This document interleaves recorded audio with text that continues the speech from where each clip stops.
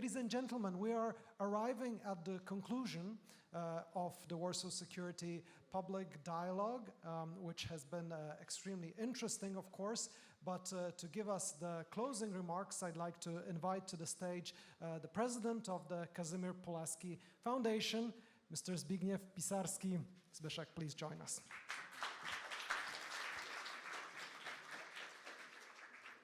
Good afternoon. So welcoming was by one Pisarski. Farewell is also by another Pisarski. See, you have so many of them in the room. Ladies and gentlemen, it's really a pleasure, and I'm really grateful that you decided to spend the whole day with us. I know that this is a very intensive time for all of us because we have so many distinguished guests visiting Warsaw today. Well, but I would like to share with you just very brief remarks and not to keep you long. When the Warsaw Security Forum was initiated in 2014, we were thinking which way to go. One option was to go like Munich Security Conference, to have Chinese, Russians, and other adversary countries here on the stage and discuss with them. We decided that we want to go our way. And our way was that our strength is in unity, and that first we have to make sure that all our partners and allies from both EU and NATO think the same way about the threats and challenges we have at the borders. At that time, it was just briefly after Crimea was taken. People not all were welcoming this idea that, well, not enough of the other side for discussions. But honestly, after these 11 years, I have to admit that it was the right decision. Unity is our strength. And actually, we've seen that other venues, gatherings around Europe and NATO went our way as well. That first we have to make sure that at home we think the same, and then we can deter and win with the threats and challenges we have.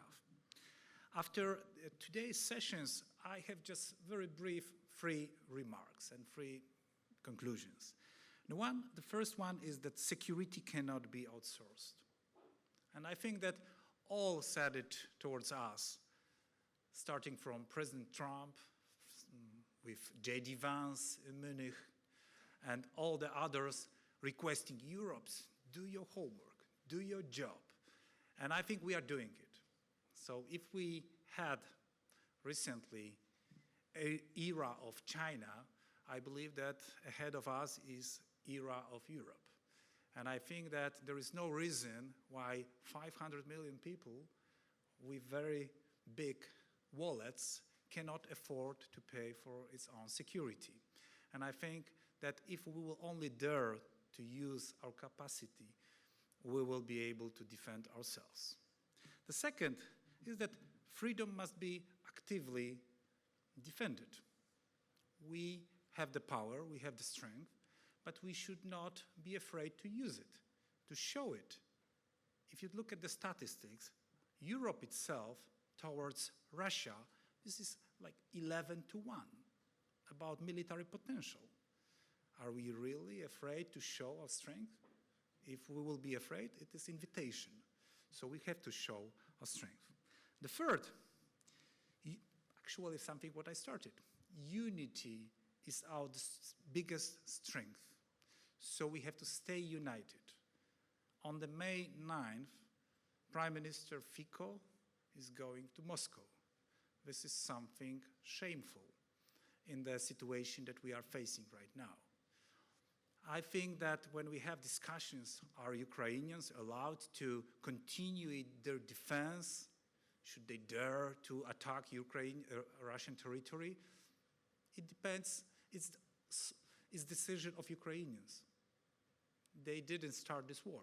They are defending. The way, the tools they will use, it's their decision. We should not even dare to make pressure on them to stop so that our enemies in Moscow feel comfortable celebrating their anniversaries. I will stop here with my remarks, and I would like to extend and use this opportunity to invite you for the main Warsaw Security Forum. Today we had just a public dialogue, treated as an appetizer with a French taste. Why with the French? Because this year France is a partner country of the Warsaw Security Forum. We have high expectations. Well, we'll see if French can deliver. I don't know if you have, I see some French friends here. Well, we've heard in the last weeks a lot of promises from French leadership, so we will be testing this credibility at the Warsaw Security Forum. No pressure. I would like to use this opportunity to say thank you to our partners and sponsors and friends. First, Ministry of Foreign Affairs, that was helping us organizing this forum. Secondly, the EU Presidency in the Council, which this event was under the patronage of. But, well, there is no such thing as lunch for free. So I would like to extend also our warm gratitude towards Google, PZU Foundation, but also our meritocratic partners like Center for European Policy Analysis. We are very sentimental, like Katarzyna said in the opening remarks. We celebrate 20th anniversary simultaneously, so we are already adults. No excuses. But if this is a public dialogue and we want to spread the message around, we need also tools to convey it.